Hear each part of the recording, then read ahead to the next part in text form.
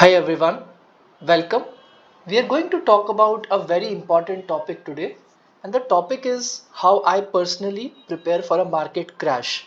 Because we have started hearing a lot of people talk about the possibility or the impending crash, the typical gloom and doom stuff, and we have to really understand how to deal with it at a portfolio level. So, one clear thing to say in the very beginning, I am not a SEBI registered investment advisor. I am not SEBI registered at all, which means that anything I share is only for the sake of sharing my knowledge with the world, with the hope that the world will share something back with me through their knowledge and with no other intentions. So, make your own decisions, consult your financial advisors. So the very first thing I want to discuss is, can there be a crash, right? And where are we in the market? And most importantly, how I can hopefully empower you to see this for yourself. So there is this thing called a Nifty Indices. This is a very important website. It's right here. This is the website from which you can get all the data to see like what is going on in the market, right? And interestingly, this is a NSE website, which means that this is the most authoritative data you can get. You can't get better data directly from the index, right? So let me also put this right here in case somebody wants to see this later on. So what I really want to do is I want to focus mostly on micro cap, small cap and mid cap because that is where most of us invest. That is where most of the alpha is. Not so much on the Nifty also because if you look at the past experience of 2018, Nifty did not crash, but the smaller and the mid caps all crashed, right? Most of us being small cap, mid cap investors, that is what we care about. We really don't care about Nifty. So what I did is I went to this website, I got all this data. You just, you go to like, I want PE ratios because I want to see valuations. Then I go to equity. Then I go to like the index I care about, let's say micro cap. And then I can put the time period. And then I hit submit, right? By doing this, I get all the data in this website. And then I can finally download it in a CSV format. So what I did is I did that and then I added it to the sheet. And after adding it to the sheet, I basically just plotted it over time, right? Now, one thing to keep in mind is that you will have to clean up the data a little bit because there are periods of very low earnings and there can be basically, data that has to be cleaned up. So I did all of that. Now this is the result. So for the mid cap, let's start with the largest one, which is the mid cap, right? Look at the valuations, right? And I would say let's start with PB because a lot of people put a lot more emphasis on PB because they say that basically the book value is less cyclical, so it's easier to see a valuation on it, right? If you look at this graph, what you'll find is that at least in the 2004 to 2007 8 kind of a cycle, we went to much higher PBs, right? The peak was at 5.25 ka PB for the mid cap index. There's a smaller peak at 4.94. Now, where are we today? Today we are around 3.18, 3.14, right? This is roughly where we are. Of course, we can go to the index and look at it. We can even browse here and look at the current values. So maybe we are at 3.4. Now what that means is 5.2 by 3.4. At least I think looking at the historical data, there can easily be another 50-55% rally in the mid cap index and still we would not have reached the historical peak, right? That's just putting it into context. However, if you look at the 2018 period, it peaked at an even smaller number of around 3.4, right? 3.4 was the peak, around where we are today. That also makes you realize why people are calling for a correction and why they think that it will happen. Now there is a very important thing to understand in that context, right? While the PB is similar to the 2018 peak, the PE is far, far, far lower. Look at the PEs in 2018, right? It was 54, 60, 55, so 50 to 60 ka PE tha tab in the 2018 period. What is the PE today? 22. That is such a revelation that should just it should be an aha moment for everybody, right? Let's just capture that here. 2018 PB 3.4, PE 60. 2022 I'll just make all of this a little bit smaller. I hope all of you can still see it because now I'm following white on black as many of you wanted me to. PB of 3.4, PE of 25 maybe. Let's just quickly go back and check what the current PE is. 24, so 25 is okay. Effectively what that means, because the price is the same, is that basically on a book value basis it's valued at the same number, but on the earnings basis it is much higher earnings today, right? If we take 24 and let's just calculate like how much more earnings is it really, right? So 60 by 24, the earnings for the mid cap index are 2.5 times more than what they were in the 2018 peak. So one thing to remember and understand, unless the earnings collapse, in my opinion, I will put my neck out like this and say there won't be a crash. The earnings have to crash for there to be a crash. So really what has to be monitored are the earnings, not the price and the PB, right? Because the earnings are 2.5 times more compared to the 2018.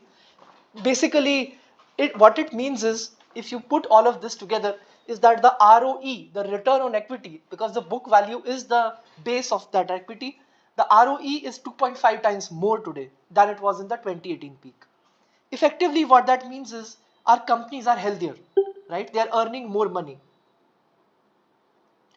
If the companies are healthier and earning more money, there is really no logical sense for the index or the market to crash, right? That makes no sense. You also have from the previous period that it went to much higher PB multiples. Now here is what I want us to learn from history. The highest number was 5.24 on like I think Jan 1, around Jan 1. Let's see the earnings multiple. It was 26 times earnings. That is again such a fascinating insight. What that means is the earnings cycle in 2008 was extremely strong, right? This is the precise reason why on the earnings, and this is talking about the 2008 crisis, right? On earnings, there was a very large um, earnings base, whereas the PB was basically much higher. So, I mean, for example, what we can do is we can try to think of it this way. Imagine that the price, I mean, let's create like a working slide here.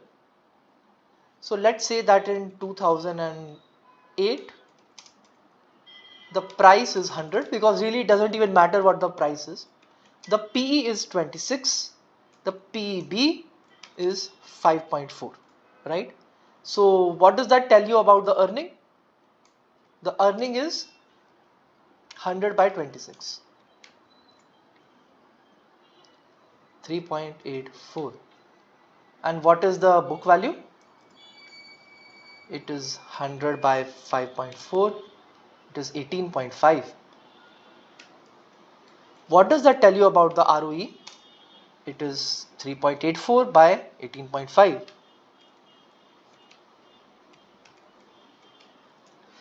21% ROE. Just imagine, right?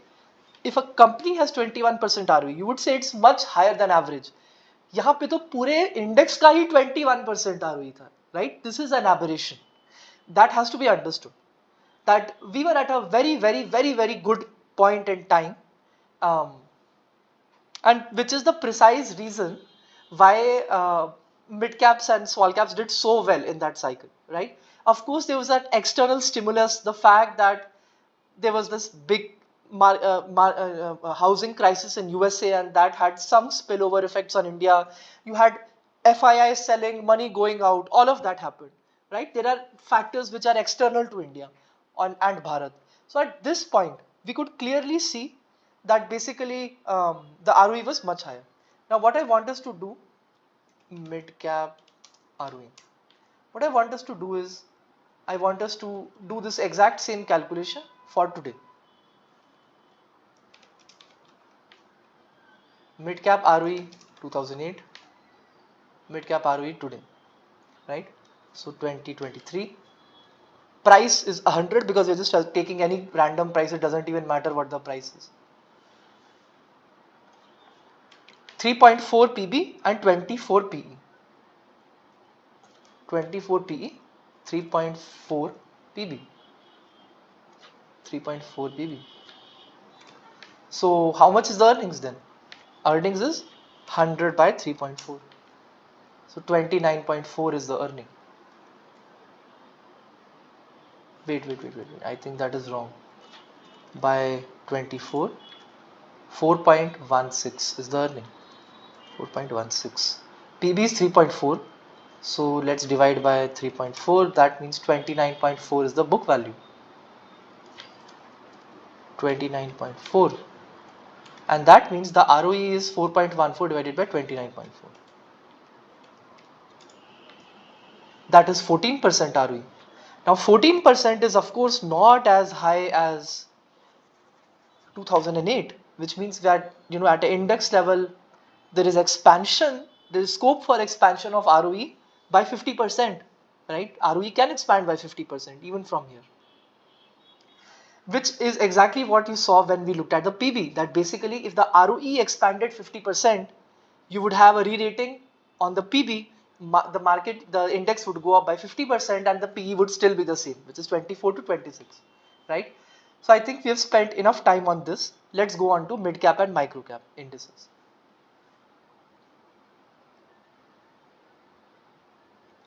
So let's go to the small cap index next. We see something very similar in the small cap index, where essentially we are somewhere near this is the Nifty small cap 250. We are somewhere near the 2021 peak, but we are nowhere near the 2008 peak, which was at 5, right? So I mean, looking at the historical data, if people really believe that we are in that 2004 to 2007 kind of a cycle, we are not near the peak, but that doesn't mean that there cannot be corrections, right? You can look at the recent experience that there have been corrections. If we go to the PE ratio, we see a very similar kind of a thing where it's around 22, 23 today, right? And looking at the past cycles, actually, even looking at like 1 year ago wala cycle, right? Let's go to like Jan 2022. It was 4 ka PB, very close to 4 now. It's at 3.65 and something like that, but it's close to 4, right? 3.73 as of like yesterday. But look at the earnings though, right? Look at the earnings in Jan 2022. The earnings ratio was 29 to 30 times. What is earning ratio today? 25 times. Effectively, what that means is there has been growth in earnings and basically the ROE. The ROE has improved. If the ROE has improved, no way in hell is there going to be a crash. There can be corrections. There can't be a crash. What will have to happen is for the earnings to collapse. So what we should really be looking out for is that what can be the external kind of shocks which can cause the earnings to collapse. According to me, that is the key monitoring. And if we look at the microcap 250 data, we'll have some very similar kind of conclusions, where again we have data from I think 2006 or so roughly, and you can see that it is near a recent peak. 2018 peak was at 3 ka PB for the microcap index, and we are near that peak, right? If you look at the earnings ratio though, just look at the earnings ratio, right? What was the earnings ratio then? 113, right? If we go a little back, it was at 60, right? Now what happens is microcap earnings are way more volatile, so the PE can go from 60 to 120 even if the price has not changed because the earnings have collapsed. Now what is the PE ratio? It is 27. It is at 32, right? Now what has to be understood very well is that in a cycle where the earnings are delivering, there can only be corrections. This is my understanding. There won't be crashes. Crashes, in my humble opinion, happen when the earnings collapse, because that's where everybody figures out that it is the rational thing to sell these companies. They're not earning money, and you don't know how long that cycle of not earning money will last. So having looked at these three indices, let's now look at ticker tape. So ticker tape is another tool which has this market mood index. You can see that it's at greed. Now, very recently also we have been in the extreme greed kind of scenario. So even this tells you that it can go up a bit more. We are being greedy, but we can be greedier. I don't have the pro, so I can't download the history, but we can see that since last month it has gone from fear to greed. The pendulum has certainly swung, and the greed keeps increasing over time. So of course, eventually we will go to extreme greed also, right?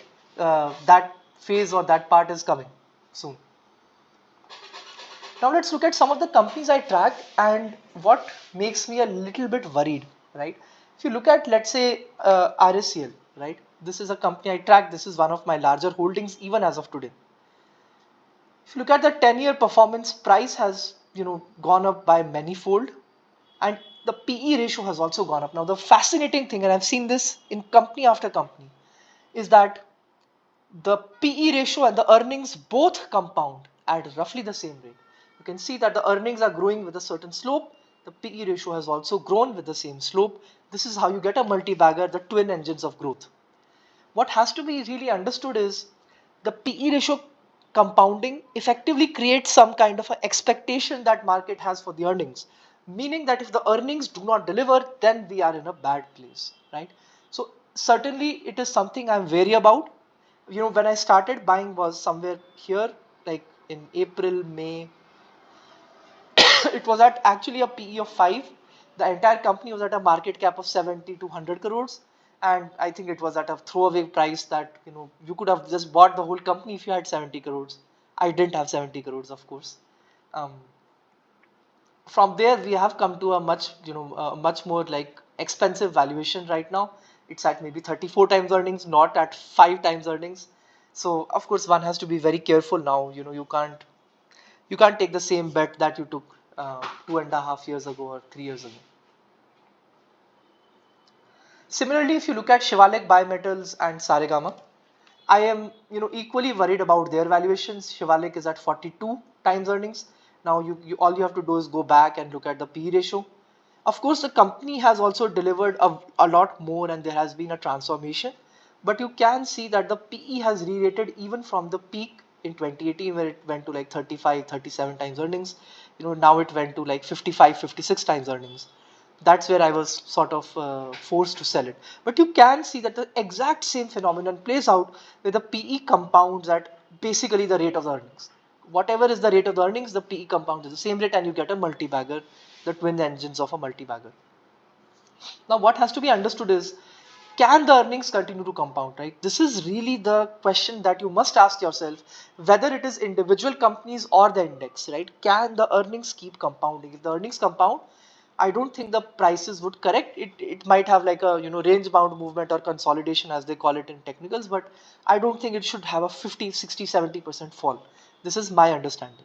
So really the question you should ask yourself, do a lot of study, is that will your company face a earnings collapse, right? And if it will, then in my opinion, it doesn't make any sense to hold it for any duration of time. You don't know how long the pain period will be, and we will look at this through some examples later on. Similarly for Saregama I am obviously the most worried among these three.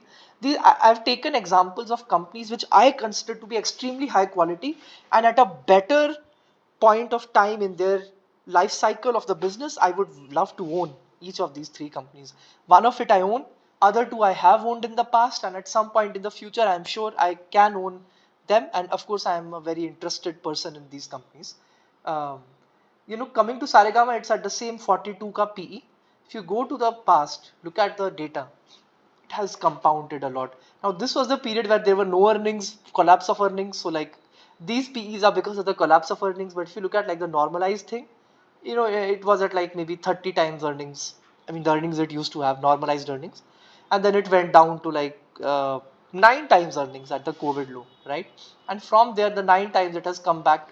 The peak was at like 67 times earnings, and now it's at like 40 times earnings. So there has already been a derating. Now, what you can interestingly see is that the rate of growth of the earnings has certainly slowed down. Look at this. This is the COVID period, right? the digitization, the pulling forward of earnings. Look at the growth. It went from like 3.5 EPS to like 7, more than doubled in a matter of like 2 years, less than 2 years actually. So of course that shows up in the compounding of the earnings, but from there it has been hard to grow. Look at the slope now, right? From like 8.24, the EPS is at 9.6. What is 9.6 by 8.24? It is at like 16% higher EPS in a matter of 1.5 years, right? So that's not something great to talk about. Compounding of EPS 10-12% or something. Now, this is primarily the reason the stock has stopped doing well, because the slope of earnings has really changed. What needs to happen are one of two things, in my opinion, for me to own this again. Number one, maybe it's both the things. Number one, the PE has to come down, the expectations have to come down. Investors have to be dejected and feel, oh my god, this is going nowhere, right? That is when the alpha gets created. It's because of the behavioral psychology of the investors. Number two, of course, is that the earnings growth rate has to go up. It should ideally compound at 25%, right? This is the capability that they have. And of course, it depends on how the other businesses are doing, but at least the core licensing business can compound at 25%. That capability is there. So, this is how I'm trying to sort of explain to you that we are somewhere in that spectrum and that cycle, probably towards the overvalued zone, but not at all at the peak bubble kind of valuations, according to me. The key thing to watch out for is the collapse of the earnings. If the earnings collapse, there can most certainly be a 60-70% drawdown in the indices, this mid cap, small cap, micro cap indices. As long as the earnings keep compounding, in my humble opinion, from my understanding, there can only be corrections and range bound or consolidation or whatever you want to call it, not 60-70% collapses. So let's go on to the next slide. Now, what I really wanted to do is, the question is, how do I prepare for a market crash? Number one is to see where we are in the cycle, right? Do I really need to panic? Do I need to press the panic button? At least my thing is, I don't need to press the panic button right now. The second thing is, what was the historical experiences of crashes, right? Imagine and visualize that you are the shareholder of these companies. What would you have experienced if the 2018 cycle happened to you? Right? This is what I want every one of us to visualize. So let's go to these companies one by one and visualize what it meant to be a shareholder of this company. This is how the way to prepare for future is to learn from the history and try to relive it as if you are there and it's happening to you, right? And then you can look at your emotions, you can look at the kind of preparation that you can do in anticipation of those events into the future. So coming to Astral, um, let's look at the 10-year period. You can see that the fascinating thing about Astral, at least to me, is that from a period of like this, एक तो ये कि like most of the market made its peak in Jan 18. Astral didn't make a peak in Jan 18, right? Whoa, what's going on there? I think there are 2-3 important things to realize here. One is the price had really not appreciated that much, right? Like look at this. So it was at 190 rupees on 12th September 2014, 190. Then where was it in this place? 370.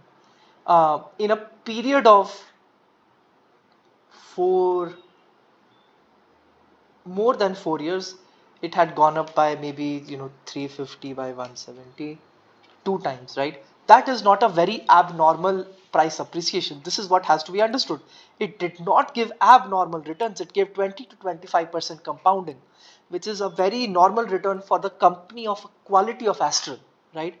This is not a very abnormal. It didn't give a 40-50% CAGR, right? Because the earnings typically don't grow. So typically it probably did not re-rate too much, even if it did re-rate. Let's look at the data and figure out. So in fact, you can see that maybe it had a bad earnings cycle in this period, right? Because the PE is at 150. If you look at before this cycle, it was at 40-44 ka PE, right? 40-44 ke PE se, earnings might have gone down in this period. Then it, maybe recovered a bit. It was at 50 times earnings. It came down to 42 times earnings in February 17 and all that. And then slowly in this period of Jan 18, it was at 65 times earnings, right? That is not a crazy kind of re-rating compared to the past, right? Little bit of re-rating, not too much re-rating. The important thing is people appreciated and understood the quality of the franchise, right? Which is why you did not see it go down 70% like most of your mid caps, micro caps, small caps, right? Let's also quickly see what was happening to earnings so that like our view is very data driven. Compounding every single year, right? I mean, the market was saying there is a collapse. Astral was saying, where is the collapse? Look at my earnings, right? Look at this rate of compounding. Like, look at the way it has compounded. From 1 rupee of 1 rupee of EPS, it went to 6 rupees, 6 times in a matter of 6 years, right? That itself shows you the quality of the franchise. And even in this painful period, every single year the earnings have grown, right? I think this is the only year where it has not grown, from March 22 to March 23. Otherwise, every single year the earnings have grown. This is the quality and the power of the Astral franchise, which is why it did not collapse. I think this should already start giving motivation to all investors to figure out how to deal with a crash. The answer lies in owning quality franchises. The answer lies in owning companies which have such powerful brands, powerful moats, powerful competitive advantages and growth advantage periods that investors would think it is irrational to sell the stock, right? They would not let it fall. Even if it comes down, more people would come in to buy it, right? That's at the end of the day what creates the fall and the lack of a fall. It's the demand and supply for the stock. If the franchise is good, if the company is good, if the earnings come, then the investors won't let the stock price fall. New buyers would come at every price. So this is the learning that we have to take from Astral. We can see that even the cash flows have compounded like anything, right? From 60 crores to like, I mean, almost 10x in a period of 10 years, their operating cash flows. Good quality, good quality franchise, no price fall, compounding of earnings, right? Okay, no price fall, right? This is the conclusion from it. Let's look at Shivalik Biometals and what do we learn from that. This is of course a company I'm very interested in, so I have to study the history and figure out what's going on there. Okay, now coming to, it also did not peak in Jan 18, but it of course did peak around March 18 at like 87 rupees. It kept coming down then to like 60 rupees, and then it went up again to 91 in April 19, and that is the point where it really peaked at 91 rupees or so in April 19. Then it fell down and down, coming to 14 rupees, right? That's a huge crash from 92 to 14. So 14 by 92. That is an 85% crash, right? People don't have the, if you think you can sit through an 85% crash, I think you're something special. At least I cannot sit through an 85% crash that I know about myself, right? It's a devastating outcome. Now, a few things have to be understood, which is why the learnings have to be applied with wisdom. They cannot be just juxtaposed from 2018 to now. Few different things have happened. A, the quality of earnings has improved. They get a lot more earnings from the BMS shunts. B, they have opened up more. They do regular con calls. They have discussed a lot of sources of competitive advantage in the AGMs, recent AGMs, and none of this information was available in 2018 and 2019, which effectively means that there is no way investors could have had the confidence and the ability to hold it through that period of what was happening. And let's figure out what was happening by going through the financials.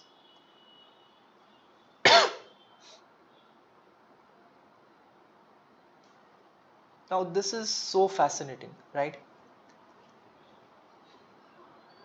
119 crore, 158 crore. Okay, let's look at consolidated because that will give us a better picture. 119, let's look at this so that we can see sales growth also. 33% growth, 22% growth. Why was there a fall? Look at the earnings, 2.8 to 4.28, right? Of course, there was a fall in March 20. That was, I mean, fall in earnings in March 20, but that was most likely because of the fact that um, actually let's go and look at the data if we can find it. Probably we can't find the quarterly data that easily, but I think it's very important to understand um, that in this case, at least in this period, it was delivering earnings growth, right? There was really nothing wrong with the thesis per se. Now you might wonder why the crash happened. This is where it's very important to um, understand what's happening in the AGM, because if you go through the Shivalik thread, you'll figure out that in that AGM, what the management effectively said is that there's a lot of one-off in the growth. This growth may not continue, and that we may have a flat year, right? And that is when, if you go through the forum, you'll figure out that there was this whole like investors can be very brutal. They started saying that they started abusing the management and things like that. So I think I am so look at this, right? Shivalik Bimetal AGM. Ankit sir, of course, is a very important person to follow on VP. I really look forward to all his posts. Current year performance is challenging on account of slowdown. Higher inventory stocking by one of our key customers on the shunt side. Markets are challenging due to overall slowdown in the Indian economy. So they give very negative kind of commentary per se, right? Inventory increase over 2 years due to finished goods build up at the year end supplies for the next quarter. This is all from October 19.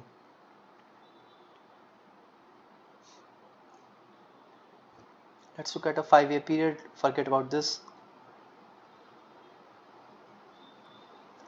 The fascinating thing to figure out is by October 19, the price had already corrected. This is primarily because the market is much more efficient than we would like to give it credit for. I am sure some smart investors had already figured out that this is how the business was panning out. So they had already sold out, right?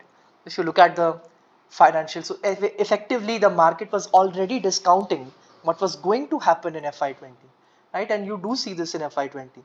Of course, the last period of it would have been hit by COVID as well, but you do see this in FY20 where the sales went down by 3%, the profits also went down by a bit, right? And the fact that the management didn't do con calls at that point, the shunt contribution would have been lower. It was a younger product, not that mature. All of those things. Of course, the margins were also lower primarily because the shunt contribution was lower. Shunts is a higher margin business for Shivalik. Because of all these factors, 85% drawdown, right? But the important thing to understand is um, investors didn't know much. 85% drawdown, poor commentary in AGM, right? And there was 1 year of earnings fall. So this is what I want people to understand, that um, when we are investing in micro caps, small caps, mid caps, we really have to be on the top of the game. We cannot afford to take it light or basically buy and hold, right? Because in the case of Shivalik, reality so turned out that it was really a good company, and so the price has of course recovered from there. And even from that, even if you had bought at that 90, you have made a mega multi-bagger from there, right? Imagine you have bought it here at the peak at 91 rupees in April 19, right? Even from there at 91 April 19, I mean, you have made a lot of wealth for yourself, right? 577 by 90, 6.4 times in a matter of 4 years is like anybody takes that outcome, right? So my point is, in the case of Shivalik, it so happens that the outcomes were good, and that is why the price has recovered. But really, you don't know that a priori. That is something you have to live through and have conviction to be able to see through. So at least I don't have the ability to say with enough confidence whether things will pan out the way that I think they will pan out. Meaning, I think we all need a little bit of intellectual humility. At least for me, that intellectual humility comes in the form of saying that if I don't know enough, I'm going to get out and wait for the future to pan out the way it pans out, rather than being the guy who puts his foot down. Now, one thing to remember is this was the point at which to buy Shivalik. All of this was the point to buy Shivalik because the pessimism was built in, right? If you look at maybe price to sales kind of multiple, it was at 0.5 times sales at the bottom of COVID, right? Worse than a commodity, right? Priced worse than a commodity. And of course, from that 0.4, 0.5 times sales, it has gone to 9 times sales. So in the valuation domain alone, it has been a mega multi-bagger, right? Not just I mean, this is a 22 times appreciation in the valuation itself, right? So this is how extreme market swings can be. We have to be prepared for it because the pendulum can swing the other way. Let's look at divis.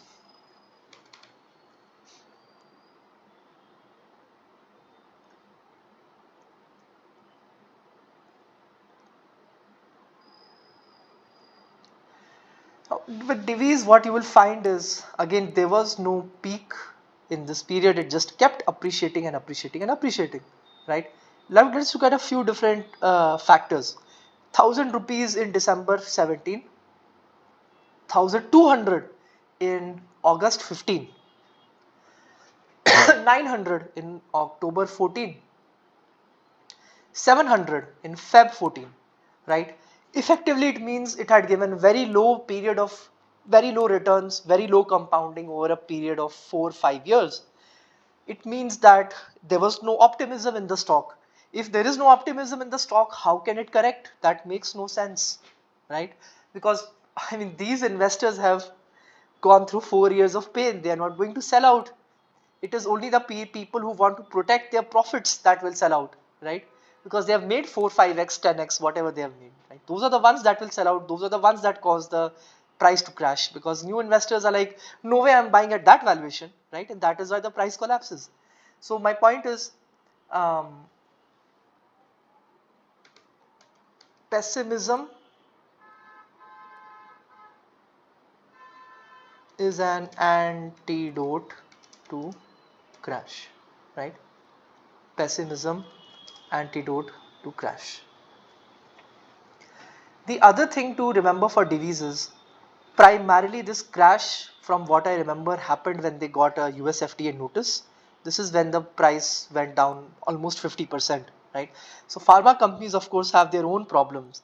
But what I'm trying to drive home through these examples is that every single company is a market of its own, right? Don't look at the indices and make decisions. That makes absolutely no sense to me. You have to look at the individual companies and what is going on with them. If you look at divis, no crash, right? It crashed from 2016 to May 2017, which means that some of the pessimism was already there and then it recovered a little bit. But from there, it didn't crash because effectively it had given no returns for a period of 3, 4 years, right? So, um, company cycle, right? Not index cycle, right? We have to look at the company cycle. Crash on company fundamentals, right? I really don't want to go over all of them because that would take a lot of time. I just want to cover maybe just one more, which is maybe NCC, right? Because I want to cover things from a different sector, things we don't typically talk about, because that also explains why we don't talk about them or why I want to avoid them. Look at the performance for this one, right? 136, 137, and from there it came down to 17, right? Oh my god, like 137 to 17. 88% crash in NCC, right? 88% crash.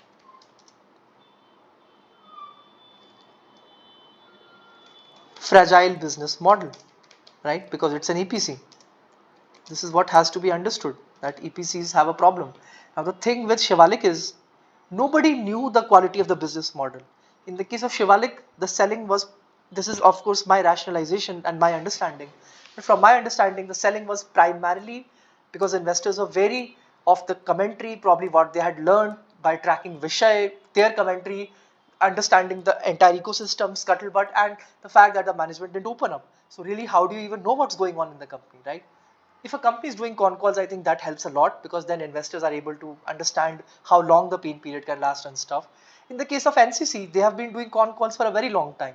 There was still an 88% crash, right? So I don't think that the reason for the crash was the lack of openness. Look at this, they have been doing con calls for a very long time. They have been doing con calls since 2016. The crash was primarily because the model is fragile, which means that if people have, buying it at a high valuation, they are getting into a recipe for disaster. In fact, it peaked at a price to market cap ratio of 0.9. 0.9 was a peak for NCC, and then it went down to 0.1, right? I mean, NCC was just priced like it's a kachra company and a total scam and like not worth owning at all, right? Now, if you look at the actual performance, the performance did go down, but not to the extent that investors had thought it would, right? Look at this. That's a very small amount of depression. So the business has not changed that much. In fact, the earnings have gone up. There was a depressed year in this year. They have gone up. Went up even more. Went up even more. Went up even more. And now, even now the earnings are like above all these peaks, right? But what I'm trying to drive home is the fact that at these valuations for these kind of companies with a fragile business model, one has to be very careful. It is like riding a tiger. You want to ride a tiger, but be careful about riding a tiger.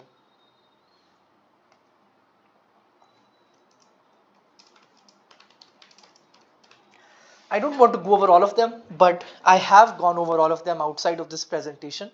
And my key learning from all of this is follow business cycle,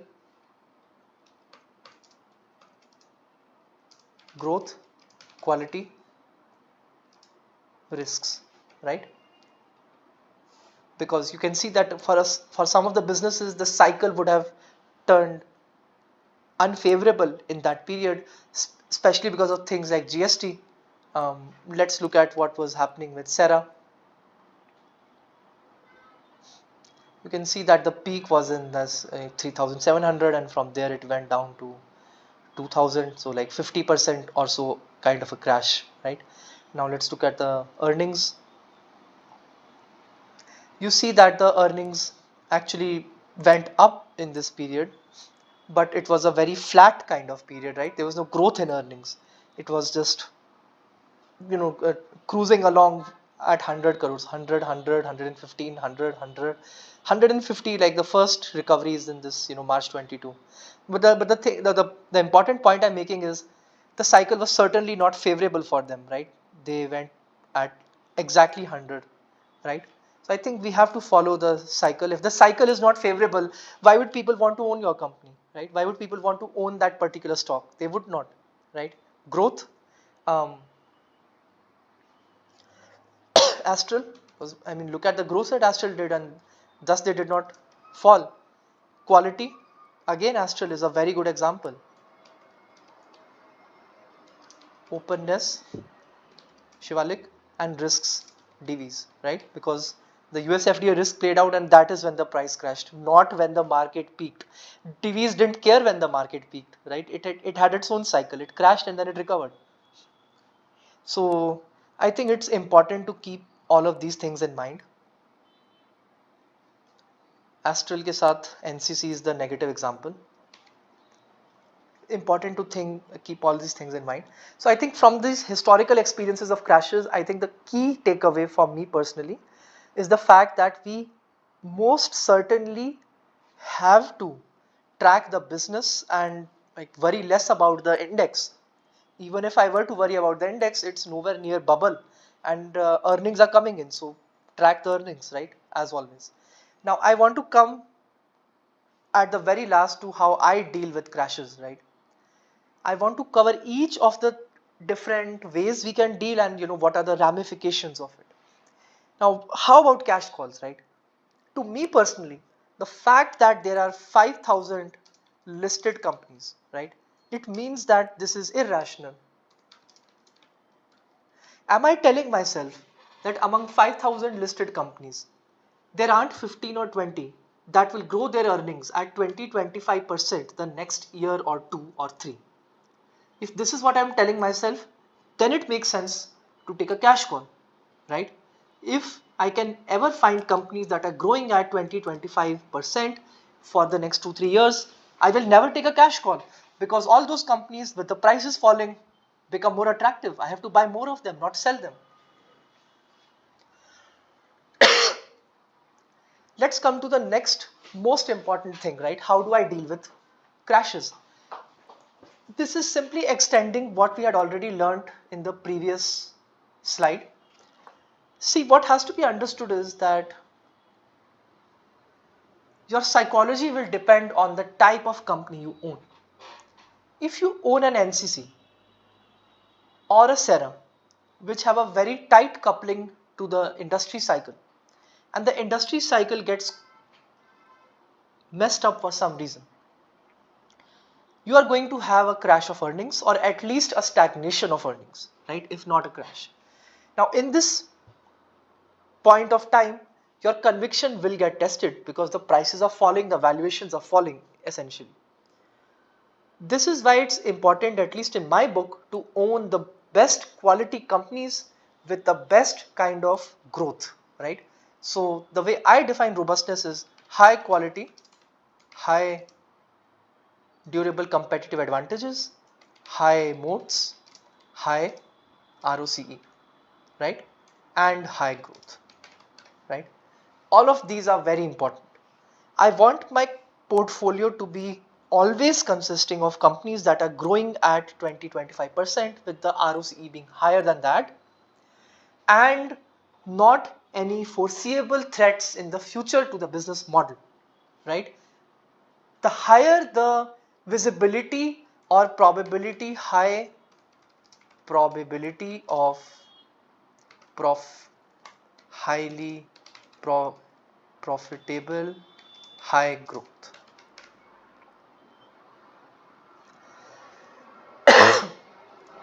So this means HP, HP, HG, right? High probability of highly profitable, high growth, right? It essentially means that the number of ways I can screw up is low. What happens with these companies is that the investors would tend to agree with you, and they would eventually have to buy your company. With a robust portfolio of robust companies, any kind of correction is simply an opportunity to buy more. It is not an opportunity to sell. Now, why is that an opportunity to buy? That brings us to the third point, which according to me is the most important point. Even if the company is high quality, high growth, high probability of highly profitable, high growth, the valuation cannot be high. The reason for it is a high quality company with high profitability, high growth can still get derated in a market crash, right? If the small caps and mid caps fall 50 to 70%, all our companies will get derated.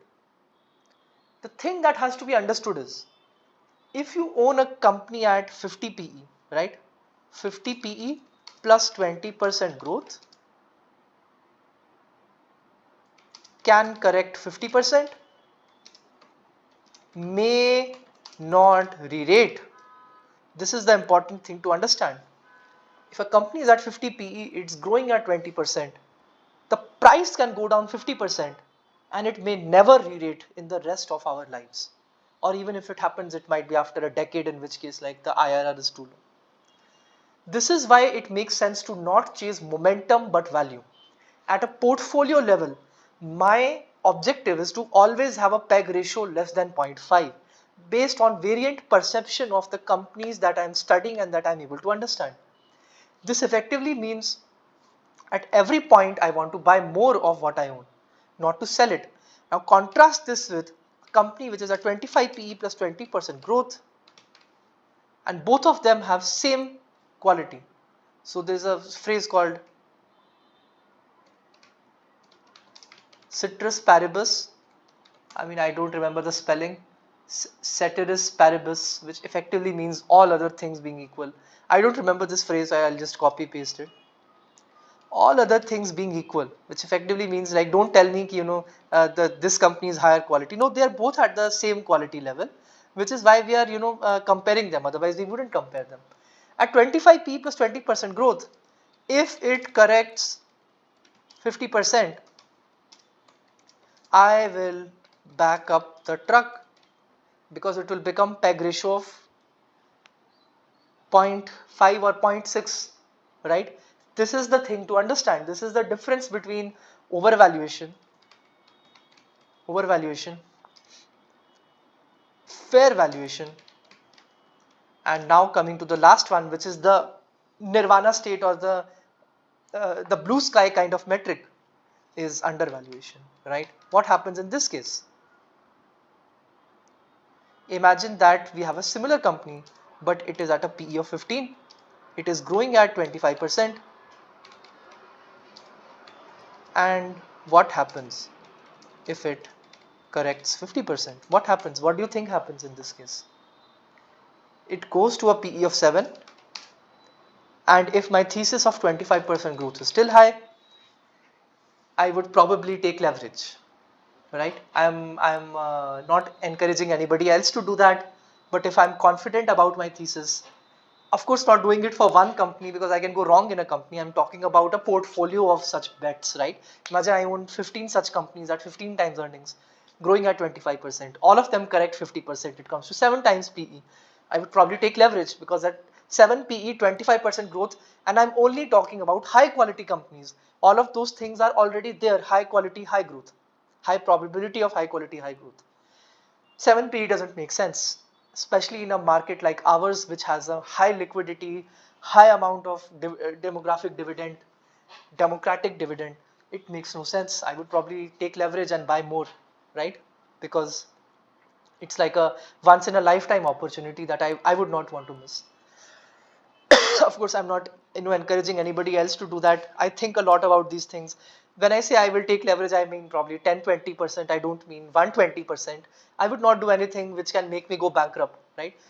When I mean leverage, I mean little bit, so that I can tell myself that I made the best of that opportunity to the best of my ability. So I think I have, in a holistic way, covered a lot of how to deal with crashes. The answer is to do more of what you're already doing. Own high quality companies, don't hold very overvalued companies, specifically if the business is slowing down. Be on the lookout for antithesis. So the thing that investors have to understand is, at 7 PE, I am an optimist. At 50 PE, I am a pessimist, because the odds are stacked against me at 50 PE. At 7 PE, the odds are stacked in my favor, right? Things have to only go partially right for things to become multi-baggers. And we have seen this over time in so many companies. The one that I've talked about publicly is Red Tape, where I think we can go to x.com and check Red Tape.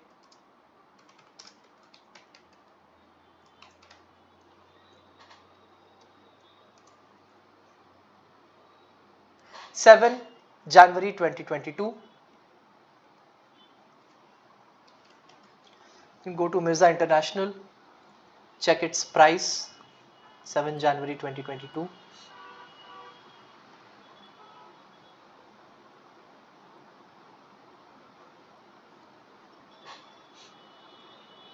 Of course, this has been split, adjusted, and all that. So it's only showing 20 rupees. But if I remember correctly, it was around 100 to 110, 120.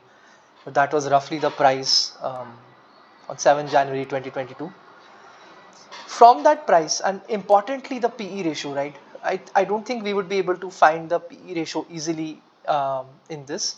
Actually, let's try to do something, right? I think we can do something here. Let's go to the financial year 21.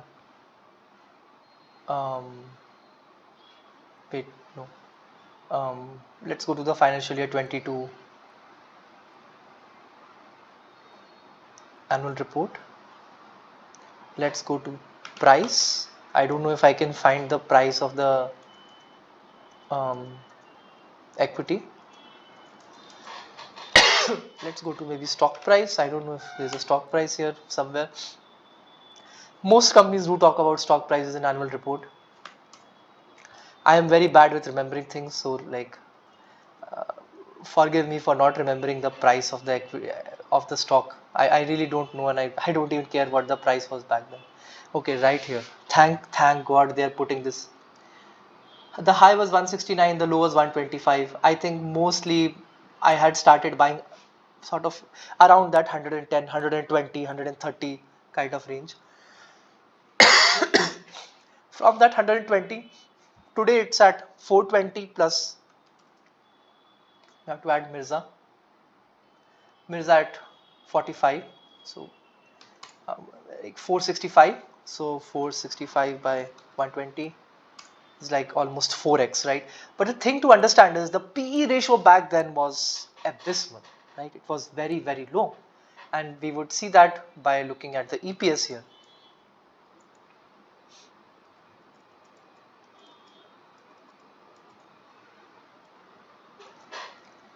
Probably it's going to be difficult to find this out, but let's try a bit.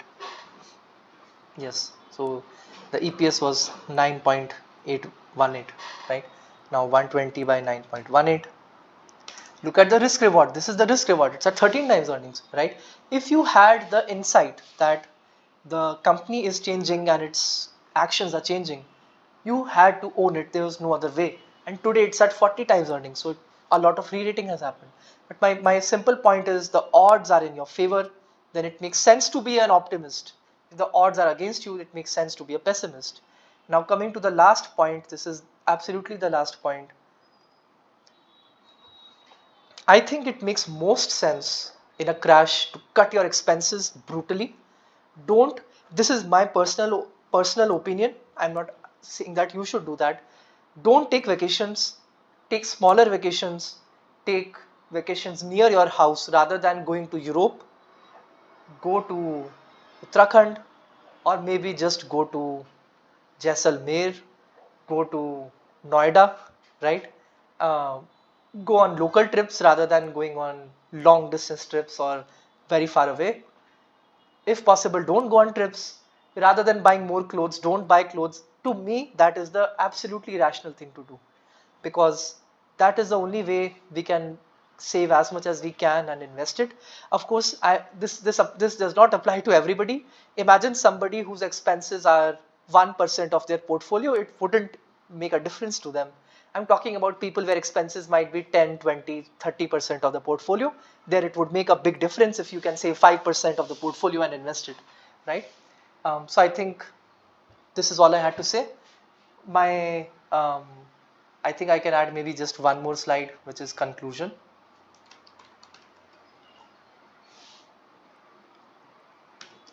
Do more of same, which is high growth, high quality, low valuation. That's all I had. Thank you everyone. Have a good weekend. Bye.